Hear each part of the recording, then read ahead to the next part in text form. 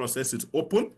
You want by now to begin to see that names are thrown up where Nigerians can also make suggestions or Nigeria can scrutinize or whatever be the case. So that is equally important. So when you are talking about leadership recruitment into INEC, importantly also you want to look at other administrative issues that INEC also have to deal with, administrative reforms in the commission, especially how it manages its own processes.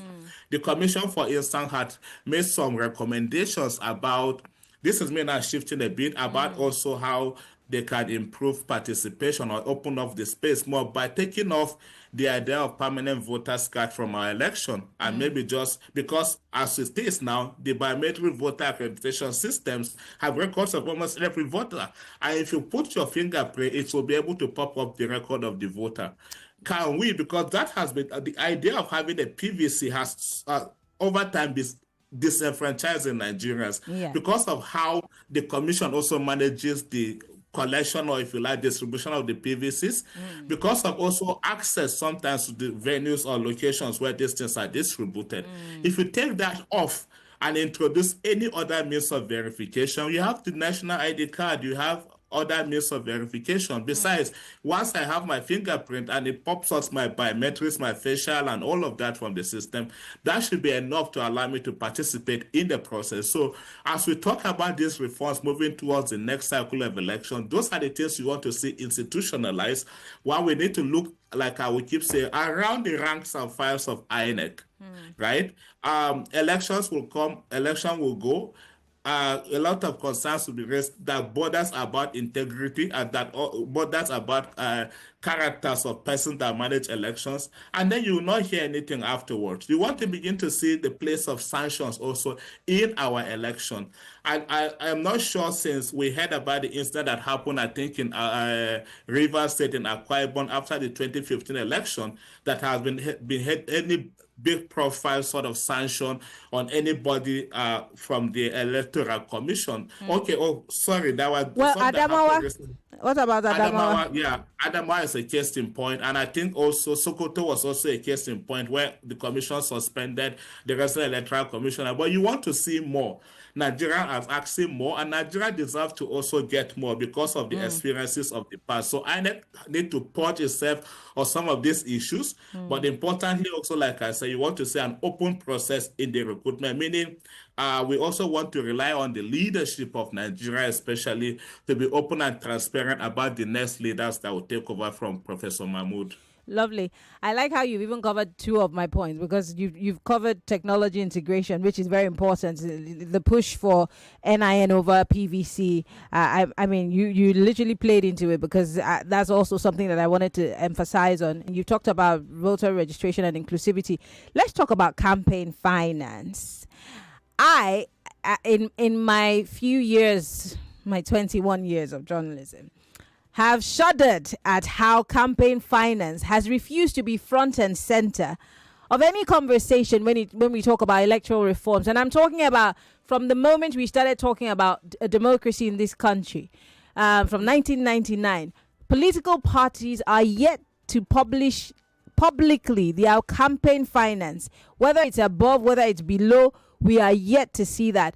SERAP and several other agencies have petitioned, the courts have petitioned these political parties. Nobody has accepted to make public their campaign finance. How do we talk accountability if the political parties themselves cannot be held accountable, let alone INEC?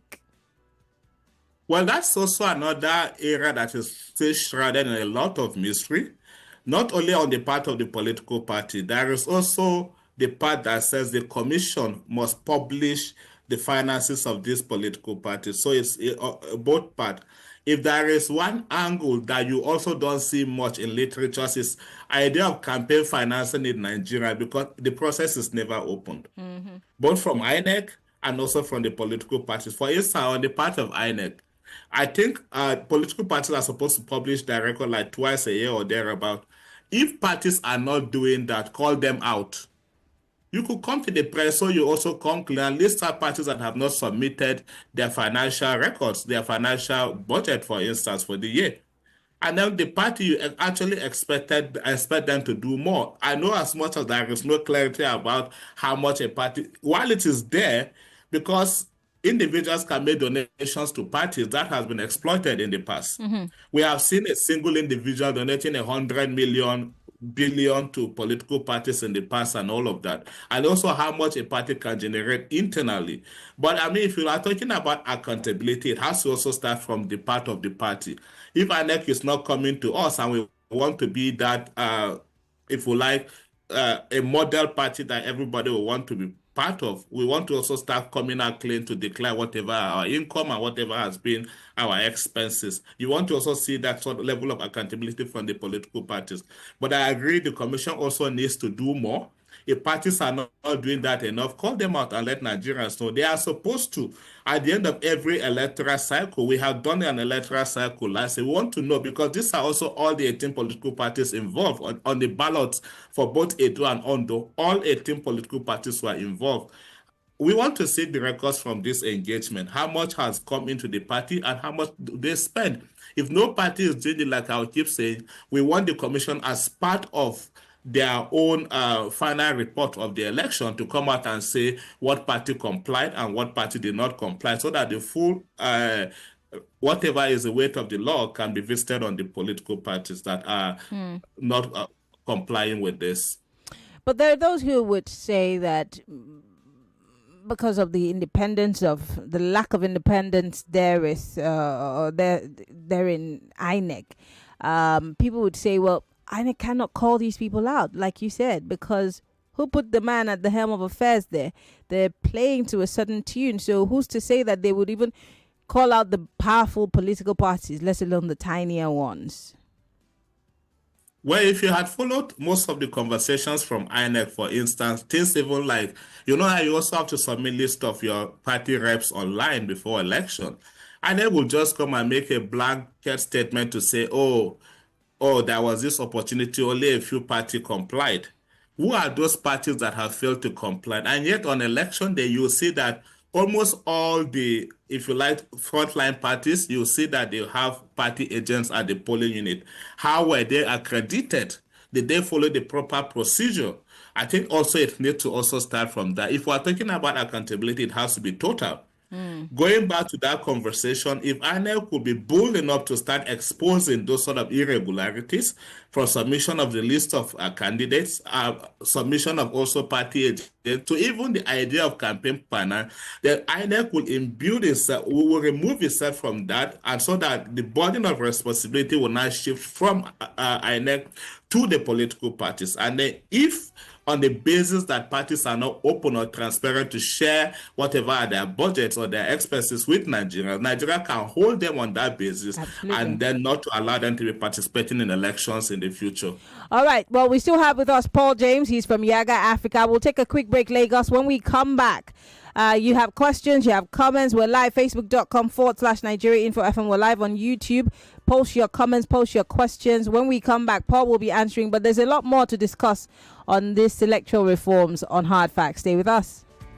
More news and information coming up. We'll be back in a moment.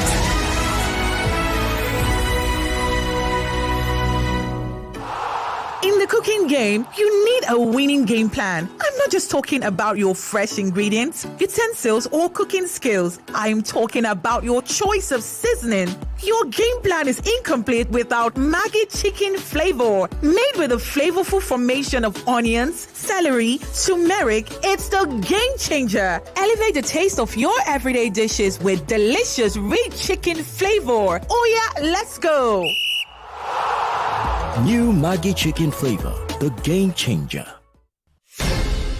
Hey there. Sharing is caring, and sharing your phone's hotspot is a great way to help a friend in need. But wait, are you keeping your data safe? Here are smart tips to control your data while sharing your hotspot. Lock down your hotspot with a strong password to ensure there are no data party crashes. Also, remember to change your password frequently to avoid unauthorized use of your data. So, go on, share your connection with loved ones securely and still have plenty of data left. Visit your mobile operator's website or consumer.ncc.gov.ng to learn more. This message is brought to you by the Association of Licensed Telecoms Operators and the Nigerian Communications Commission.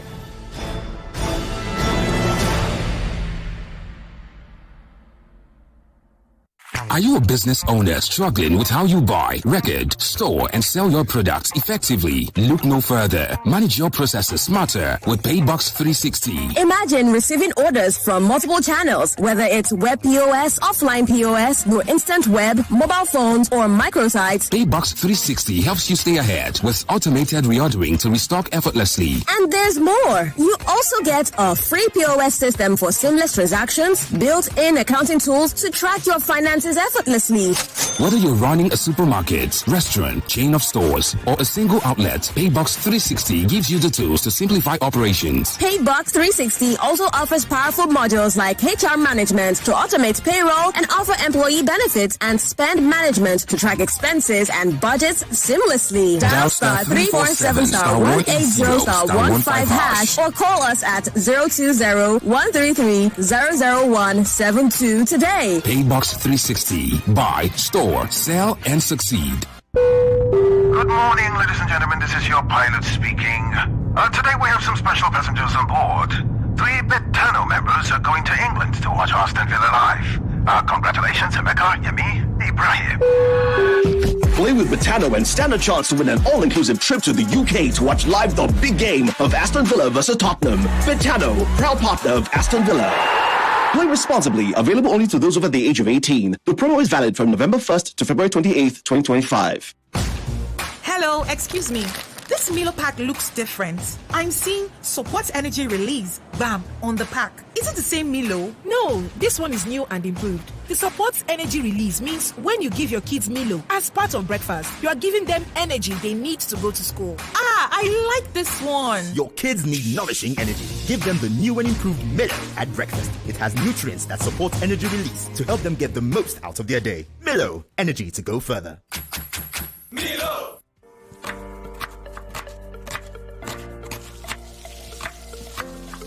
Meals have a way of taking us on a journey. And when you add plenty of vegetables like efo, ugu, and season with the rich taste of North seasoning cubes, even better. So, go ahead and elevate your meals with more vegetables and the rich taste of Knorr cubes. Today, eat for good. Lagos, are you ready? It is time to make your dreams of studying in Canada a reality. If you're wondering how, then sit back, relax, and wait for me to let you know how you can start on your way to taking this exciting journey. Now, the Canada Connect Education Fair is here to answer all your questions about studying abroad and all that good stuff. Now, imagine meeting representatives from these schools. Yes, top Canadian colleges like Georgian College and Confederation College right here in Lagos.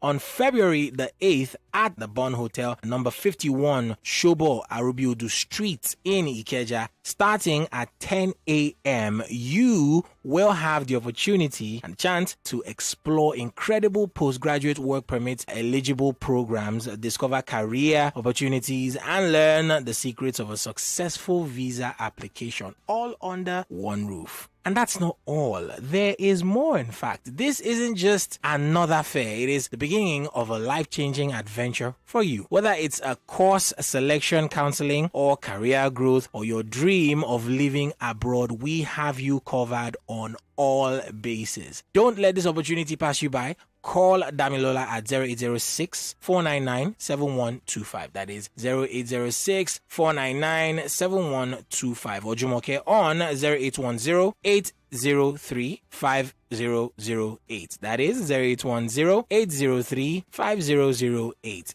Do this now for more details. The Canada Connect Education Fair, your first step towards greatness. We hope to see you there.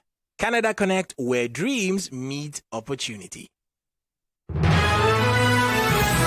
You are listening to your number one station for talk. Your number one station for talk. 99.3 Nigeria Info. Let's talk.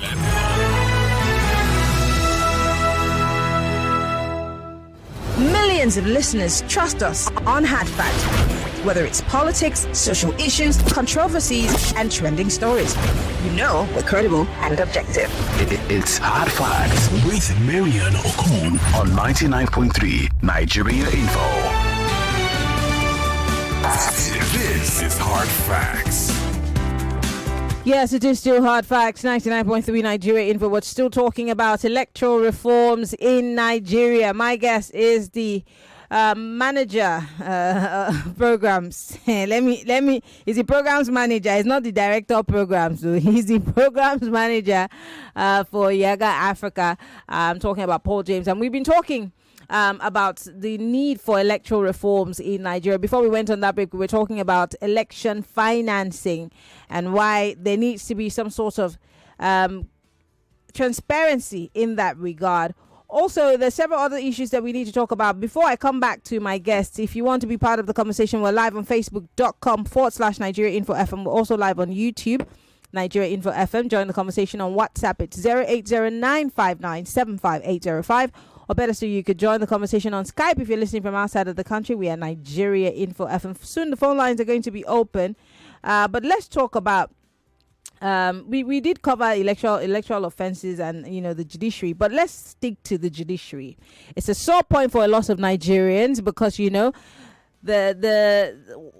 slogan that was developed after the 2023 elections was go to court. And then it looked like INEC was somewhat being rude to us or laughing in our faces, and saying, well, let the court determine, when INEC in itself was put there to determine the elections. Unfortunately, the judiciary is now in it.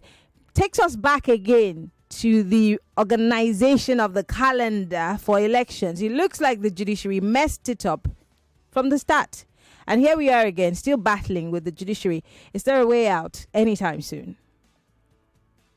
Well, before we go into that, sadly, the last point we made about go to court, for me, I see it as the commission abdicating its own responsibility, especially when it had made so much of promises. It has raised so much of hope.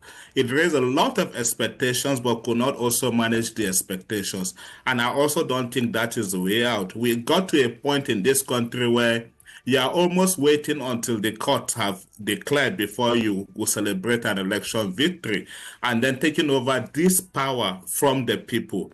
Sadly, also, if you see most of the people that manage election-related issues, what they do is just to dwell on technicalities, and you begin to wonder whether they also understand elections. They'll begin to tell you, oh, there is no morality. You don't have to bring the question of morality and all of that in that case. But again, put that also side by how that also is impacting participation. Because if you keep limiting that or reducing that to just what the court will say, to be honest, the turnout, as we keep seeing them declining, will only continue to happen. So, going back to the idea of the commission, that's why the Electoral Act, in its own wisdom, has given the commission 360 days to plan. What does this planning mean?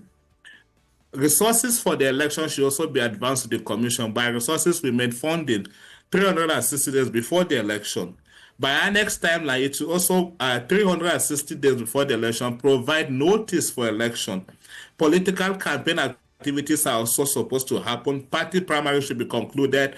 Everything concluded 180 days before the election. Party primaries, they have a window of over 150 days also to conduct those party primaries. Political party campaign. But what have we been saying over time? Shortcuts, both by the politicians and also by some persons that also are involved in the processes of the election.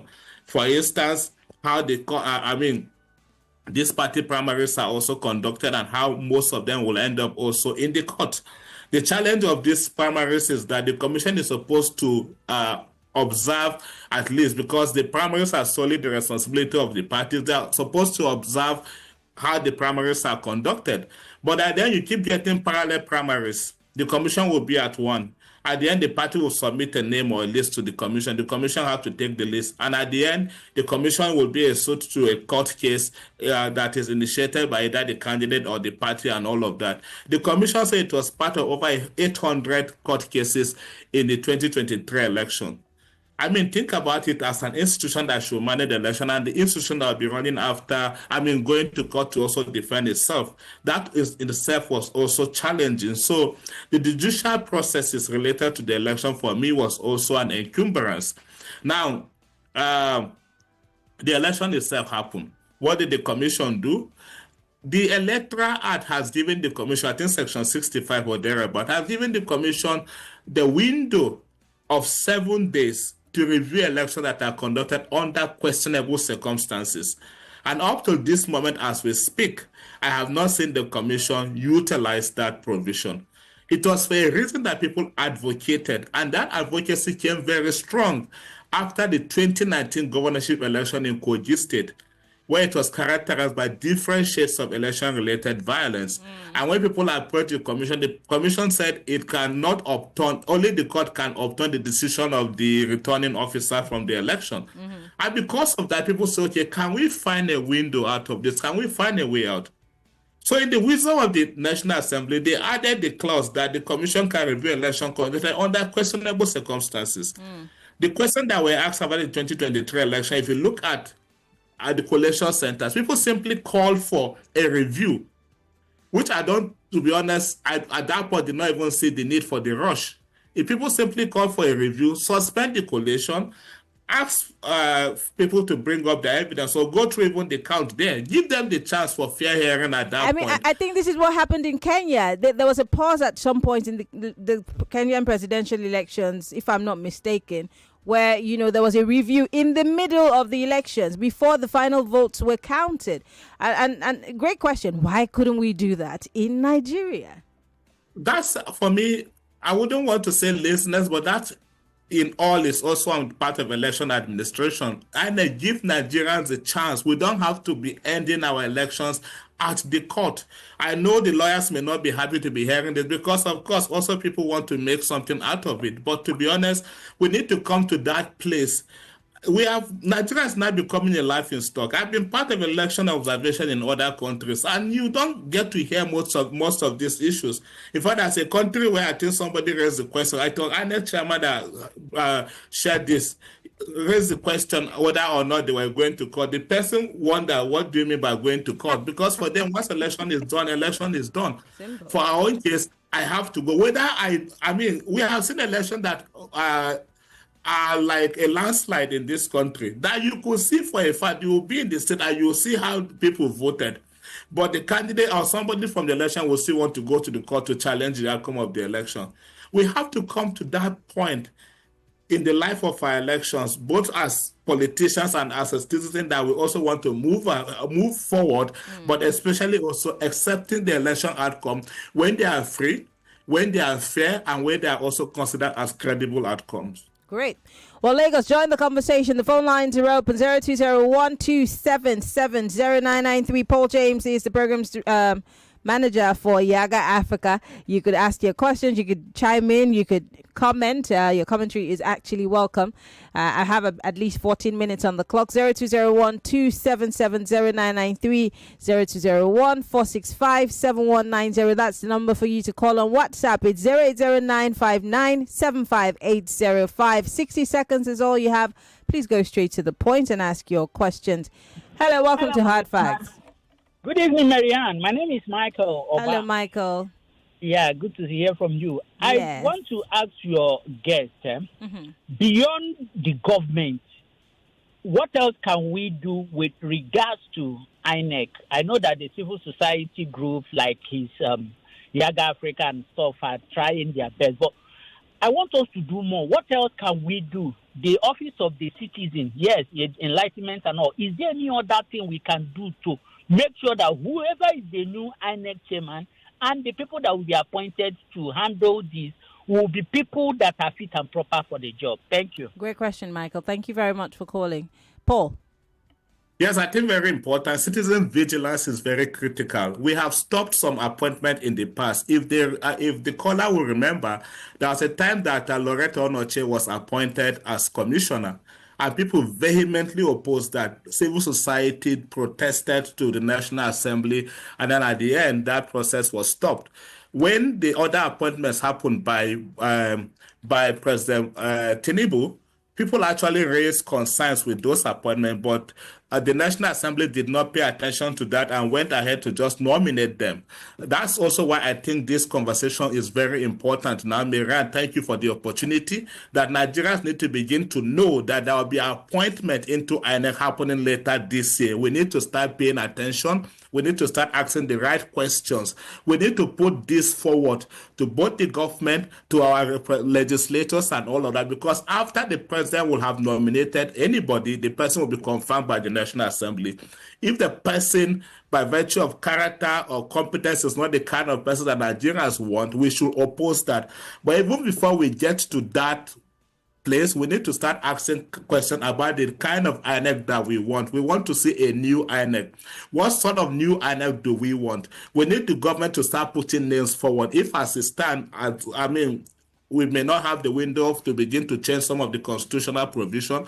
If it remains that the president will be the one to make appointment, can we start putting names forward so that we can start even having ideas about the sort of individuals, and from the pool of whatever names that will be suggested, that we can make a pick from there. But I feel strongly that Nigerians need to be involved in this process, and the participation will have to start now. Okay. Conversation should be going on everywhere. We can put it up on Twitter, on every social media space. Nigerians should know that there will be appointment into INEC, and we want to have a say in the kind of character that will be appointed into INEC. Yeah, I think I should tell my boss that we should have a Twitter space with YIAGA Africa in regards to this. So, Sheriff, I agree with you. YIAGA will welcome that idea. Yes, we absolutely. need to put that as a front burner. The conversation needs to be ongoing, because sometimes people may not know that this is happening, and my move will go, a new appointment will just happen. But we need to know that a leadership transition will happen this year in INEC. Nigeria must be involved in who becomes the next INEC chairman. All right, more calls. Hello, welcome to Hard Facts. Hello, anybody home? Good evening, madam. Good evening. What's your name? Where are you calling from? Yes, this is Manuel from Nigeria. Go ahead. Yes, good.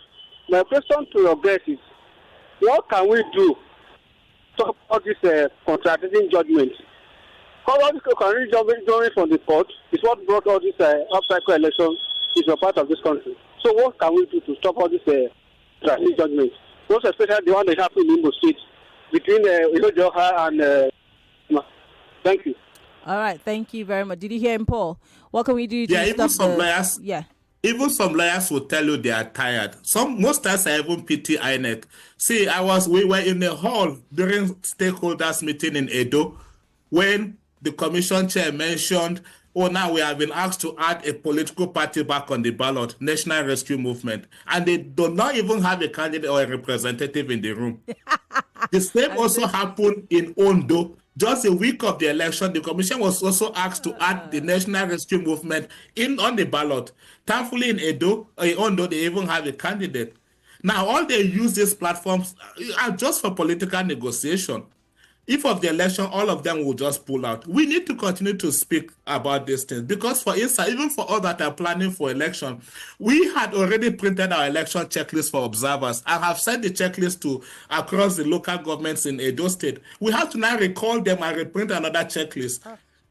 Now, as INEC is also incurring costs for this, so also other stakeholders in the election. Some of these things are just not, to be honest, there is no even basis for all of this. We need to begin to look at the merit of these issues. The judges that are also handling these things, the courts that are also handling these things, need to also begin to look at it from the angle of even political economy of election, the cost of election, and how they can help Nigeria to be reducing costs, not only costs, also the sorts of wastages that happen in our election. You cannot have these names on the ballot and then they don't even show up, waste resources to print ballot papers and all of that. If there is no basis, no merit to even entertain some of the cases in the court, please, some courts, some judges should not even take them in the first place. Absolutely. Let's take one more call and then I'll read some messages out. Hello. Madam, good evening. Good evening. My name is Robert. Go ahead, Robert. I don't have problem with that. I have little problem with INEC. Those that I have problem with most is the judiciary.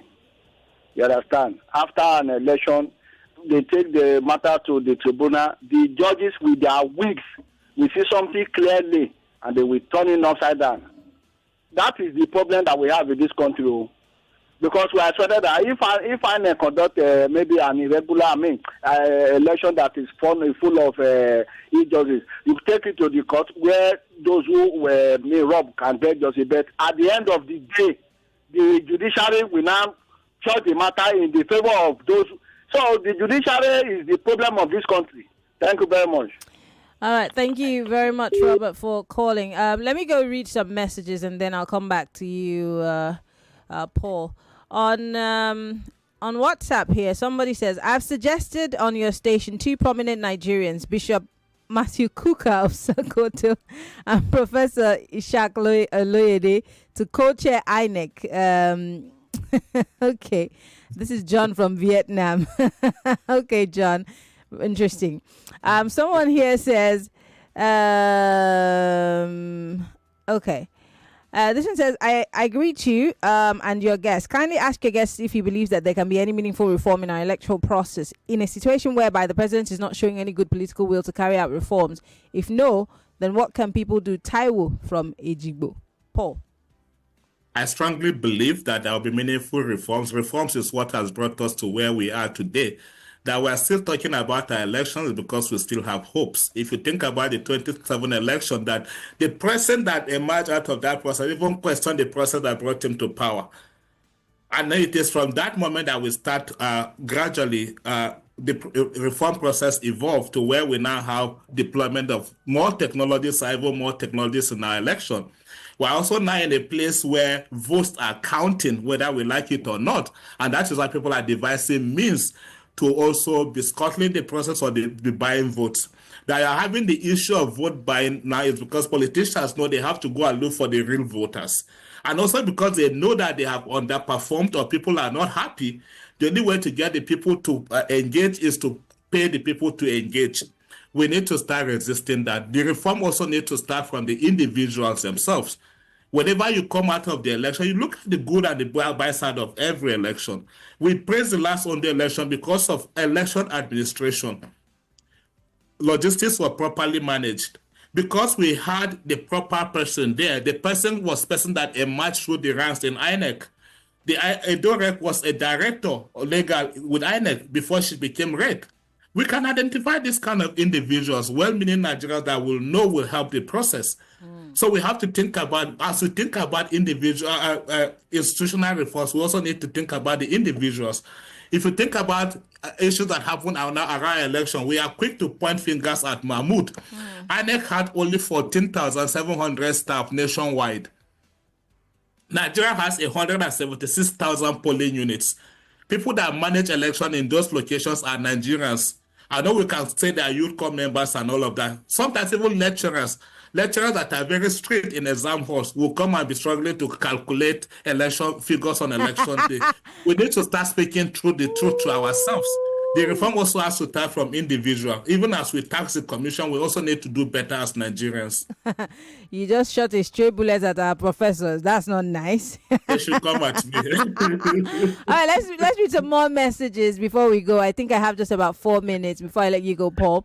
Someone here says, good evening, Maryann. I'd like to make an observation by your guest from YIAGA Africa. Dr. Chris Ngige was the former Minister of Labour as against Health Minister. Yes. Thank you very much. Under PMB, we appreciate it. All right, we appreciate it.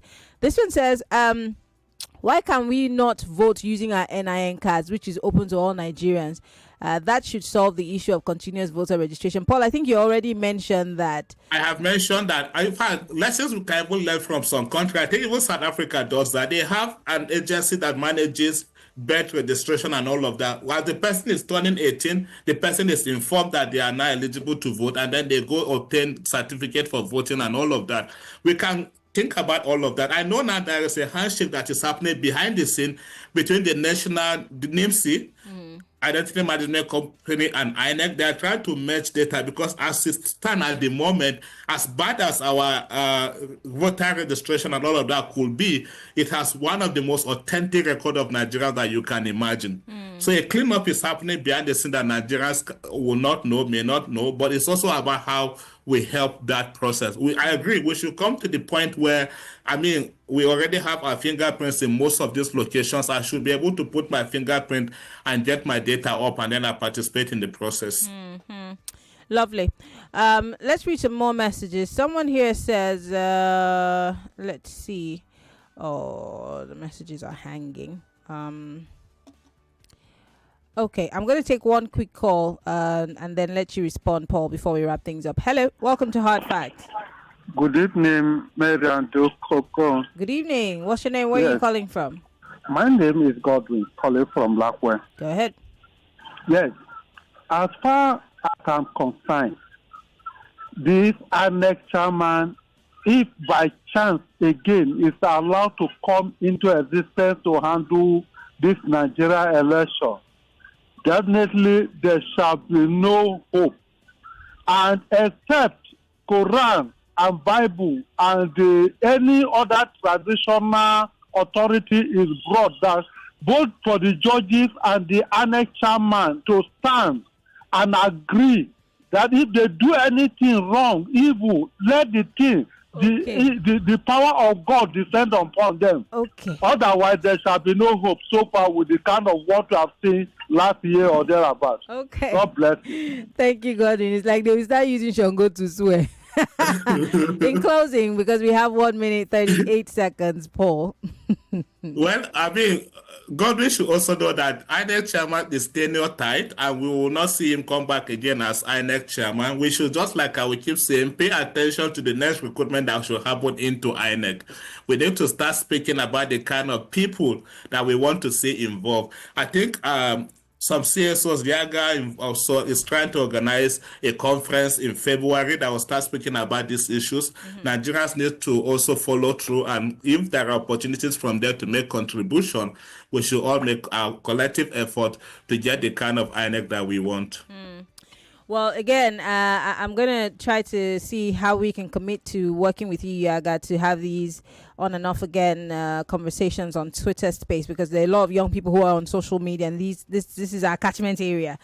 So hopefully we would get in touch with you, because we need to have that conversation and keep pushing it out there. I want to say thank you. Paul James is the programs manager for YIAGA Africa, and he's been speaking to us about electoral reforms.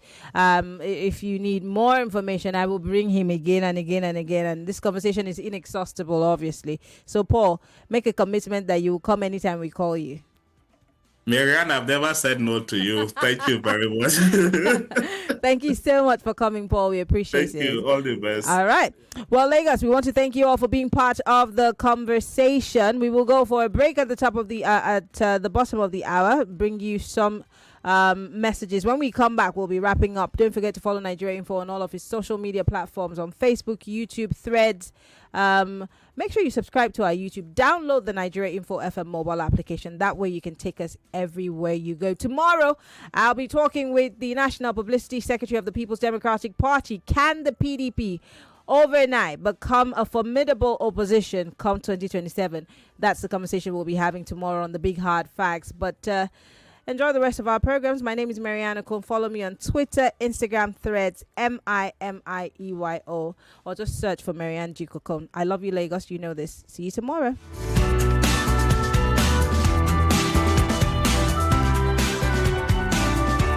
Credible journalism. 99.3 Nigeria Info. We are more than just radio. Subscribe to our YouTube channel at Nigeria Info FM. Check us out on Facebook at Nigeria Info 99.3. Follow us on Twitter at Nigeria Info FM and on Instagram at Nigeria Info FM Lagos for live updates as it happens. 99.3 Nigeria Info. Let's talk.